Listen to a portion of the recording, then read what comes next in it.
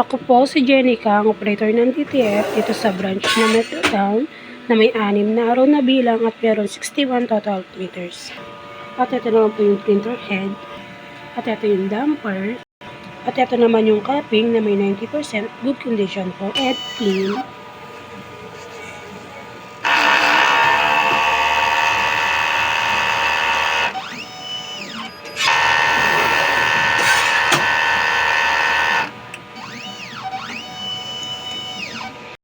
After at clean, punasan natin ng wiper. Nozzle test. Yung system natin tama lang ang label. At ito po yung ground wire. Waste tank, kakapalit lang yung araw.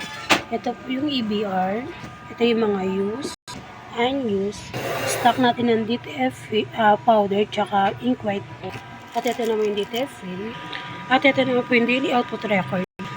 At ito yung consumable withdrawal at weekly physical inventory. At ito naman yung DTF monthly maintenance checklist. Salamat po.